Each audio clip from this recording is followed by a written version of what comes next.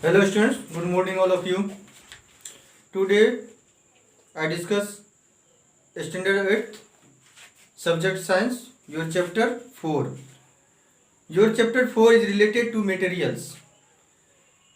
Mainly materials, there are two types, metals and non-metals. When we look around us, we see large number of materials or things of different shape, size and textures. हम लोग अपने आसपास में जितने सारे object को, जितने सारे थिंग्स को देखते हैं, वो क्या है? मटेरियल्स है। सभी जो है कोई न कोई मैटर से, कोई न कोई जो है सब्सटेंसेस से, कोई न कोई जो है पार्टिकल से बना हुआ मटेरियल्स है। तो हम लोग ये कहेंगे कि जो है ये मटेरियल्स जो भी सब्सटेंसेस बना हुआ है, तो ये सभी के एक साइंस वे में एक नाम रखा गया है मैटर। क्या रखा गया? Matter. Anything which can occupies space and has mass is called matter. Anything which occupies space कह रहा है कि कोई भी ऑब्जेक्ट, हर ऑब्जेक्ट का कुछ न कुछ क्या है? मास है। विदाउट मास का, विदाउट वेट का, विदाउट वजन का कोई ऑब्जेक्ट हो सकता है, कोई मैटर हो सकता है क्या? नो। तो कोई भी सब्सटेंसेस का जिसका कुछ न कुछ अपना मास हो, और हर सब्सटेंसेस इस स्पेस में अपना एक स्पेस लेता है, यानी कि अपना वॉल्यूम ऑक्युपाइज करता है। तो ऐसे सब्सटेंसेस को हम लोग क्या बोलते हैं? मैटर बोलते हैं। तो any substances that has mass and occupies volume is called matter. अब इस मैटर्स में हम लोग यहाँ पे डिस्कस करेंगे एलिमेंट से रिलेटेड। तो एलिमेंट, इस मैटर को डिवाइडेड करते हैं हम लोग डिफरेंट एलिमेंट्स में, कंपाउंड्स में, उसके बाद मिक्सचर्स में। तो इससे बिफोर टॉपिक में जो है हम लोग डिस्कस कर चुके हैं, but today I discuss element. Element is a substance which cannot be split up into two or more simpler substances by usual chemical method। कह रहा है कि एलिमेंट ऐसे सब्सटेंसेज है जिसको हम लोग केमिकल मेथड से टू या मोर देन टू सब्सटेंसेस में, टू या मोर देन टू पार्टिकल्स में लोग कन्वर्ट नहीं कर सकते हैं, गाय केमिकली प्रोसेस के थ्रू। तो ऐसे सब्सटेंसेस को हम लोग क्या बोलते हैं? एलिमेंट बोलते हैं।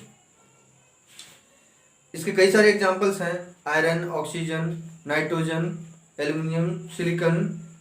ये सभी क्या है? मेटल्स हैं, एलिमेंट्स हैं। तो अब इस एलिमेंट्स को डिवाइड किया गया है 3 पार्ट में। कितने पार्ट में? 3 पार्ट में। तो फर्स्ट में था है आपका मेटल, सेकंड में क्या है आपका? नॉन मेटल, और थर्ड में क्या है आपका? मेटलॉइड्स। तो ये है। अब हम लोग डिस्कस करते हैं मेटल के बारे में। तो मेटल्स क्या है? ऐसे सब्सटेंसेज जिसको हम लोग जनरली जो है जिसमें हार्डनेस हो, शाइनिंग हो, लस्ट्रस हो, सोनरिटी हो, डेंसिटी हो, या डक्टिलिटी हो, मेलेबिलिटी हो, तो ये सभी प्रॉपर्टीज से रिलेटेड हो। तो ऐसे सब्सटेंसेस को हम लोग क्या बोलते हैं? मेटल्स बोलते हैं। उसके बाद नेक्स्ट है आपका नॉन मेटल्स। फॉर एग्जांपल जितने सारे गैसेस हैं, ये सभी के सभी क्या है? नॉन मेटल्स है। चाहे ऑक्सीजन, नाइट्रोजन, कार्बन डाइऑक्साइड, ये सभी क्या है? नॉन मेटल्स है।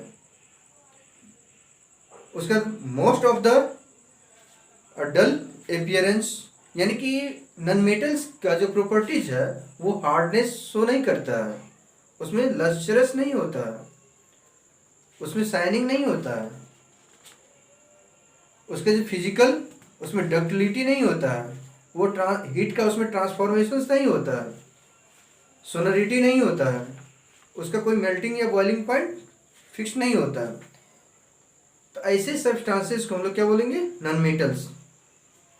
दे are not so hard, most of them have dull appearance, are called non metals। उसके बाद metalloids, both properties metals and non-metals. Which type of substances to show the both properties metals and non-metals? ऐसे substances जो metals और non-metals दोनों का properties show करता है उसे क्या बोलेंगे हम लोग? Metalloids. Like as arsenic, antimony, germanium, ये सभी क्या है? ऐसे एलिमेंट्स हैं जो मेटलॉइड्स का प्रॉपर्टी शो करता है। तो ऐसे सब्सटेंसेस को हम लोग क्या बोलेंगे? मेटलॉइड्स। तो हम लोग यहाँ डिस्कस किए 3 types of elements, metals, non metals and metalloids. इसके बाद हम लोग डिफरेंट वर्ड से आइडेंटिफाई होते हैं ओर्स के बारे में। किसके बारे में? ओर्स के बारे में। The earth crust is main sources of metals and some non-metals. Almost all the rocks contains some metallic minerals. These minerals from which the metals can be extracted conveniently and profitably are called ores. कह रहे कि ores एक ऐसे minerals हैं, ऐसे metal की properties को show करता है जो हमें प्रॉफिट वे में या कन्वीनियंटली वे में एक्सट्रैक्टेड किया जाता है कोई सी भी माइंस से। तो ये ऐसे मिनरल्स होते हैं जिसमें हमें प्रॉफिट हो एक्सट्रैक्टेड करने के प्रोसेस से। तो ऐसे मिनरल्स को हम लोग क्या बोलते हैं? ओर्स बोलते हैं। नेक्स्ट है आपका मेटलर्जी। मेटलर्जी वर्ड से आइडेंटिफाई होते हैं। ये मेटलर्जी वर्ड क्या है? The series of process carried out to extract pure metals from their ores is called metallurgy. उसके बाद ही मेटल्स और नॉन मेटल्स के कई सारे फिजिकल प्रॉपर्टीज है, केमिकल प्रॉपर्टीज है, वन बाय वन करके हम लोग डिस्कस करते हैं फिजिकल प्रॉपर्टीज के बारे में। तो जनरली जो है मेलेबिलिटी जो प्रॉपर्टी शो करता है वो आपका मेटल शो करता है। The property which allow the metals to be hammered into thin sheets is called malleability. ये ऐसे प्रॉपर्टीज ऑफ मेटल्स है, फिजिकल प्रॉपर्टीज ऑफ मेटल्स हैं जिसमें हम किसी भी मेटल्स को हैमर्ड करने पर वो जो है थीन शीट में कन्वर्ट हो जाता हो या फाइल्स में कन्वर्ट हो जाता हो। तो ऐसे प्रॉपर्टीज को हम लोग क्या बोलते हैं? मेलेबिलिटी बोलते हैं। उसके बाद है ductility. The property which allow the metals to be drawn into thin wires is called ductility. यानी किसी भी मेटल्स को हम लोग हैमर करके बीट करके अगर एक थिन वायर में पतले से वायर में अगर कन्वर्ट कर लेते हैं तो उसे हम लोग क्या बोलते हैं? डक्टिलिटी। ऐसे प्रॉपर्टीज को। उसके बाद लस्चर। ये लस्चर जो है वर्ड का मीनिंग होता है शाइनिंग। क्या है? शाइनिंग। जितने सारे मेटल्स हैं उसमें कुछ न कुछ जो है शाइनिंग होता है। चाहे हम जो है गोल्ड को देखते हैं तो गोल्ड कितना शाइनिंग रहता है, चाहे सिल्वर है, ये सारे क्या है? मेटल्स हैं।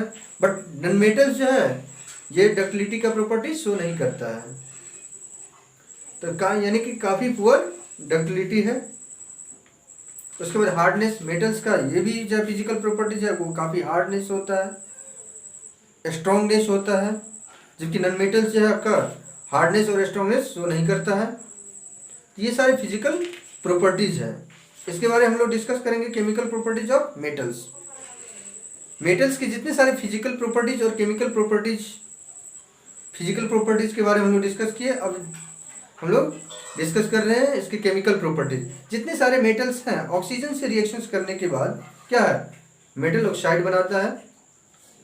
तो ये आपका प्रॉपर्टीज फर्स्ट हो गया कि जितने सारे reactions with oxygen, all metals reactions with oxygen to converted oxides. जैसे सोडियम, मैग्नीशियम। मैग्नीशियम को हम जब ऑक्सीजन से रिएक्शन कराते हैं तो मैग्नीशियम ऑक्साइड बनाता है। सोडियम को ऑक्सीजन से रिएक्शन कराते हैं तो सोडियम ऑक्साइड।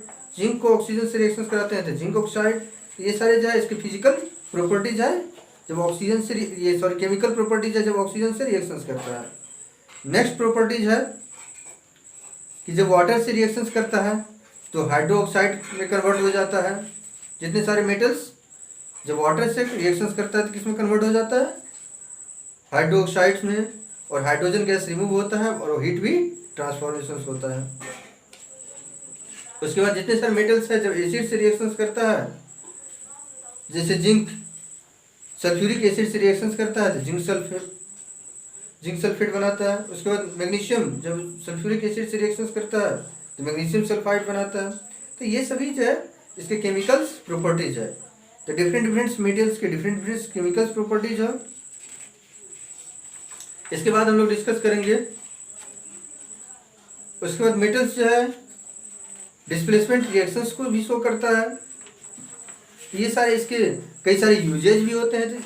नेक्स्ट क्लासेस में हम लोग डिस्कस करेंगे इसके यूजेज के बारे में, मेटल्स के यूजेज के बारे में और नॉन मेटल्स के क्या यूजेज है उसके बारे में। Thank you.